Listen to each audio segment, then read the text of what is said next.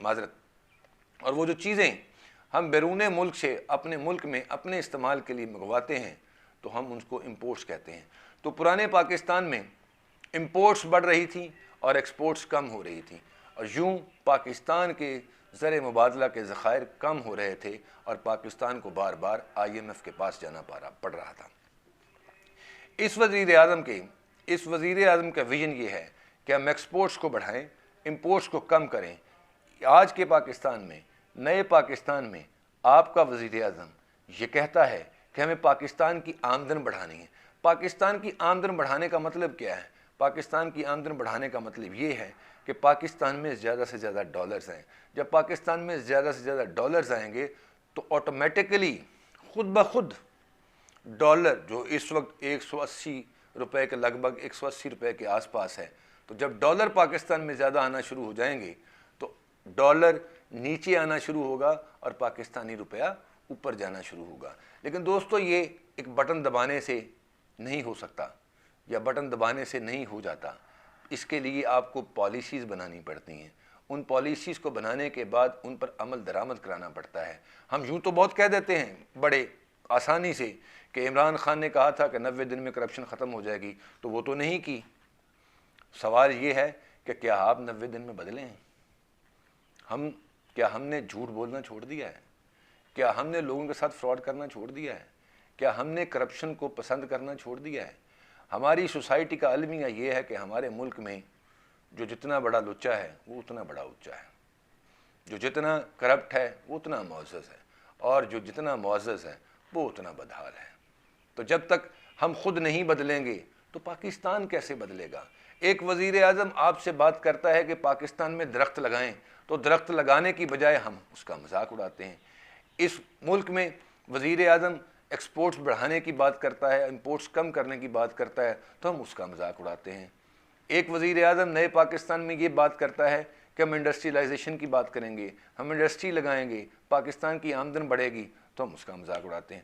آج کے نئے پاکستان میں کسان کو خوشحال کرنے کی کوشش کی جا رہی ہے تاکہ کسان گندم کی زیادہ پیداوار کرے، تاکہ کسان گنے کی زیادہ پیداوار کرے، تاکہ کسان کپاس کی زیادہ پیداوار کرے۔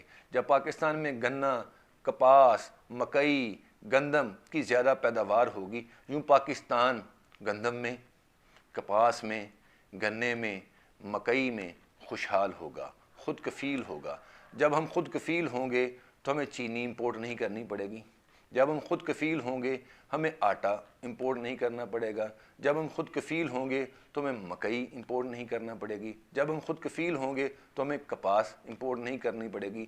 جب ہم گندم، مکئی، گنا، کپاس امپورٹ نہیں کریں گے، اپنے ملک میں پیدا کریں گے، تو یوں اپنے ملک میں چیزیں پیدا کر کے ہم اپنے ملک سے باہر بیرون ملک میں رہنے والے لوگوں کو جب وہ چیزیں بیچیں گے تو ان چیزوں کے بیچنے کے بدلے میں پاکستان میں ڈالر آئے گا، تو پاکستان کی آمدن بڑھے گی۔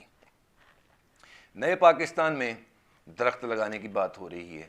نئے پاکستان میں آئی ٹی دنیا آئی ٹی میں اربوں روپیہ کما رہی ہے، مگر ہم 1 کروڑ ڈالر بھی نہیں، ہم 1 ارب ڈالر بھی نہیں کما رہے۔ نئے پاکستان میں انڈسٹری کے اوپر کام کیا جا رہا ہے، نئے پاکستان کے اندر آئی ٹی کے اوپر کام کیا جا رہا ہے۔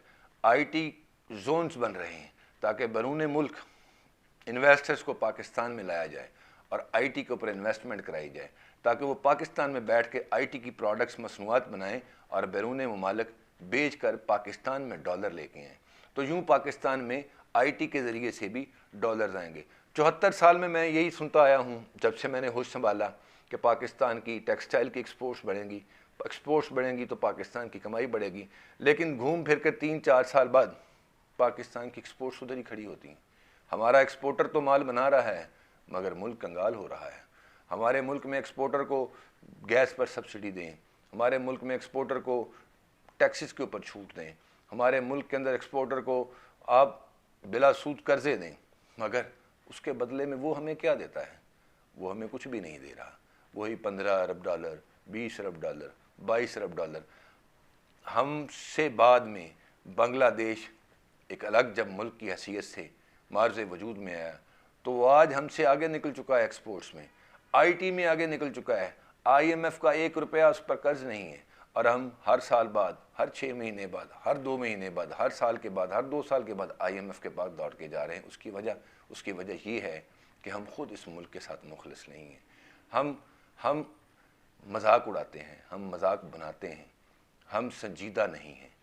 اس وقت اگر نئے پاکستان میں آج کا وزیر اعظم پاکستان کی ایکسپورٹس بڑھانے کی بات کر رہا ہے، آج کا وزیر اعظم اگر ڈیجیٹلائزیشن کی بات کر رہا ہے، آج کا وزیر اعظم اگر IT ایکسپورٹس کو بڑھانے کی بات کر رہا ہے، آج کا وزیر اعظم اگر درخت لگانے کی بات کر رہا ہے، آج کا وزیر اعظم اگر آپ کے کسان بھائیوں کو سپورٹ کر رہا ہے اور کسان میں اور مکئی، گنا، چینی ان کی پیداوار میں خود کفیل ہونا چاہ رہا ہے، تو ہمیں نئے پاکستان کے نتائج آنے میں کچھ انتظار کرنا پڑ سکتا ہے، ہمیں کچھ وقت لگ سکتا ہے کہ نیا پاکستان بنتا ہم دیکھیں۔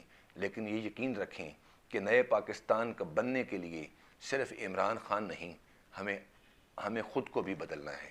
نیا پاکستان عمران خان کے چاہنے سے نہیں بنے گا، بلکہ ہمیں خود بھی کچھ اس کے لیے کرنا پڑے گا۔ ہمیں جھوٹ چھوڑنا پڑے گا، ہمیں کرپشن کو ناپسند کرنا پڑے گا، ہمیں کرپشن کرنے والے کو، کرپٹ آدمی سے نفرت کرنی پڑے گی۔ اگر ہم کرپٹ سے نفرت کریں گے، اگر ہم کرپشن سے نفرت کریں گے تو پاکستان بدلے گا، اور پاکستان کے بدلنے کے لیے اور نیا پاکستان بنانے کے لیے ہمیں خود کو بدلنا ہے۔ یہ آپ جب تک نہیں بدلیں گے تو پاکستان نہیں بدلے گا۔ ہمیں خود کو بدلنا ہے، ہم خود بدلیں گے تو پاکستان بدلے گا۔ اگلے ویلاگ تک مجھے اجازت دیجیے۔ پاکستان زندہ باد۔ السلام علیکم۔